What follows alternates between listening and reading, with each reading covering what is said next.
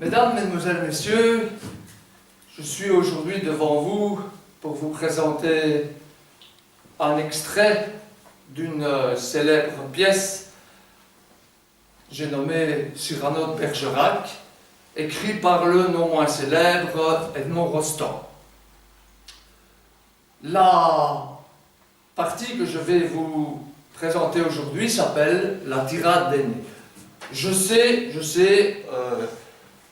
vous vous dites encore la tirade d'aînés, encore Edmond Rostand, il y en a marre, c'est toujours la même chose. Mais je dois vous rappeler que en 2014, je vous ai déjà présenté cette tirade d'aînés et le jury m'a attribué une cote de 94%. C'est donc qu'il a apprécié. Donc si le jury a apprécié, le public a apprécié. En 2015, c'est vrai, ma maladie m'a éloigné des plateaux et vous n'avez pas dû souffrir mes prestations. Mais dès 2016, je faisais mon comeback et je vous représentais un extrait de nouveau de Cyrano de Bergerac et cette fois, c'était la tirade des non merci. Là aussi, vous aviez apprécié. J'ai donc décidé aujourd'hui de revenir et de vous représenter la tirade d'aînés. Vous allez me dire, encore la même chose, hein. Je vais y ajouter une petite touche exotique. Vous allez voir, vous n'allez pas vous embêter. Mais avant de commencer, laissez-moi vous conter une petite histoire. Nous sommes en 1946, juste après la guerre, et nous sommes à Bruxelles. Attendez.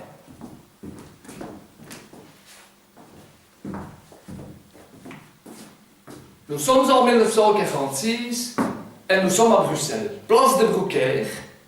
Il y a une grande fontaine qui sprouille de l'eau, comme ça, dans tous les sens. Et sur la place, les cinémas n'ont pas encore supplanté les salles de spectacle que sont les théâtres.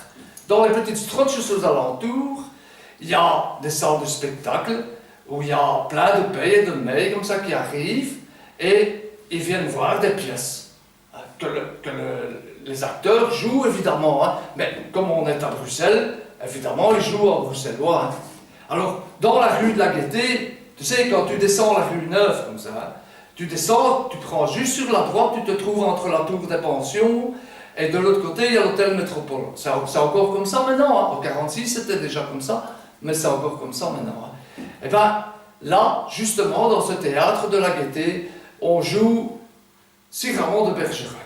Et encore une fois, il y a des pays et des mets. Oui, mais attends, parce que là, je vois que tu comprends pas tout. Hein. Évidemment, est-ce qu'il y a quelqu'un dans la salle qui parle flamand? Non. Ouais, ça, c'est un peu plus embêtant. Bon, peut-être... alors, peut-être quelqu'un qui parle bruxellois? Non plus pas. Ouais. Bon, alors, il reste qu'une solution. On va faire comme dans le célèbre jeu qui veut gagner des millions, hein. Eh ben, on va faire appel à un ami. Ben, bon, évidemment, il faut m'aider, hein, parce que moi, je ne vais pas appeler l'ami au téléphone.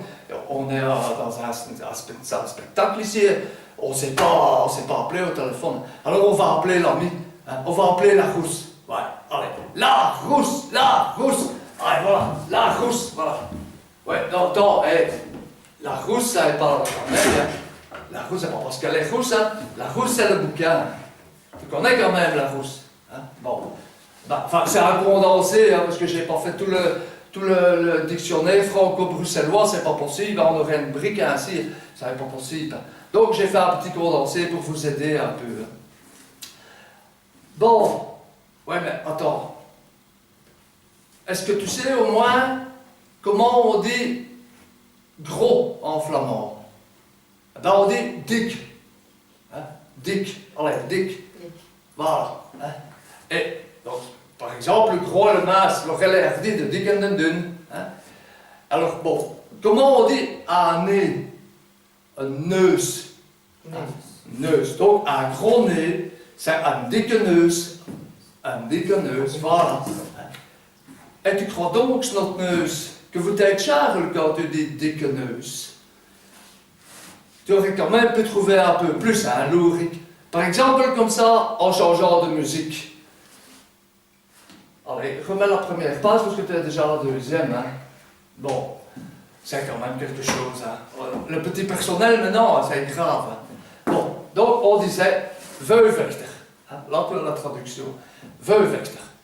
On fait comme ça, Annie. Ah ouais, merci. Moi, je vais me montrer à la foire du midi. Ouais, mais attends, il faut tourner une page à la fois, hein, pas deux pages d'un coup. Hein. Sinon, on s'en sort plus. Hein. C'est du Cyrano de Bergerac qu'on fait ça, pas autre chose. Hein. Bon, allez, Slooker. Toi, quand tu saignes du pif, ah ouais, merci. Hein. Moi, je vais me montrer à la foire du midi. Hein. Pratique. Dans le fond, ça n'est pas une idée si mastoc d'avoir à la place du blaire un capstock. Aux enterrements, tu peux ton chapeau accrocher et tes condoléances et des mains acceptées. Patriote, fais-toi donc engager dans la marine. Vous soufflez ta fumée par tes narines et direct tu obscurcis le ciel. Ça s'appelle, je crois, nuage artificiel. Myope. Est-ce que tu sais que quand t'es pas trop près, votre nez, t'es précise la colonne du Congrès.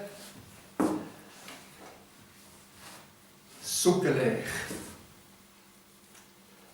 Si on peut visiter une fois tout l'intérieur, j'espère que tu me donneras un billet de faveur. Prévoyant. Quand ton nez brille le soir, tu dois faire attention, hein. Sinon tu es dedans à cause d'occultation. Slumerique. Si tu avais connu dans le temps Edmond Rostand, il serait sûrement tombé raide mort en te voyant. Smokelaire. De deux choses l'une. Soit tu le vends au prix fort, ou alors tu t'en sers comme moyen de transport.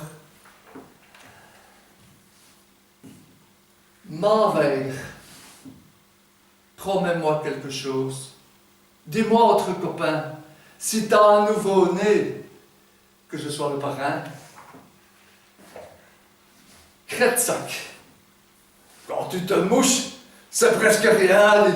T'as sûrement besoin d'une paire de draps de lit. Bourgue. Oh, te schot formulaire à un gros du tabac, hein. Mais d'une espèce que moi je connais pas. Hein. Ouais, tu prends une seule page, hein. Ouais, voilà, c'est mieux. Connaisseur. Oh, comme détective privé, tu ferais des affaires. Parce qu'on voit tout de suite que toi, tu as du flair. Hein.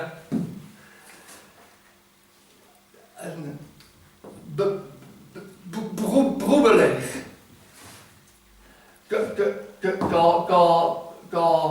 Quand tu parles du nez, ça fait un bruit si fort qu'on dirait vraiment un son qui vient du corps. Le Genout. Comme il voit tout en grand, ça ne fait pas de doute. Hein. Comme modèle, sûrement, il te prend Pierre de Zout. Farfoule. Je pourrais continuer comme ça jusqu'à demain. Mais si tu m'as dans le nez, moi je ne sais plus en sortir. Voilà ce que tu m'aurais dit si tu n'étais pas si bête. Ou si tu avais quelque chose de dedans ta tête. Mais maintenant, tu le sais bien, tocard. Si tu me dis quelque chose, t'as mon pied quelque part.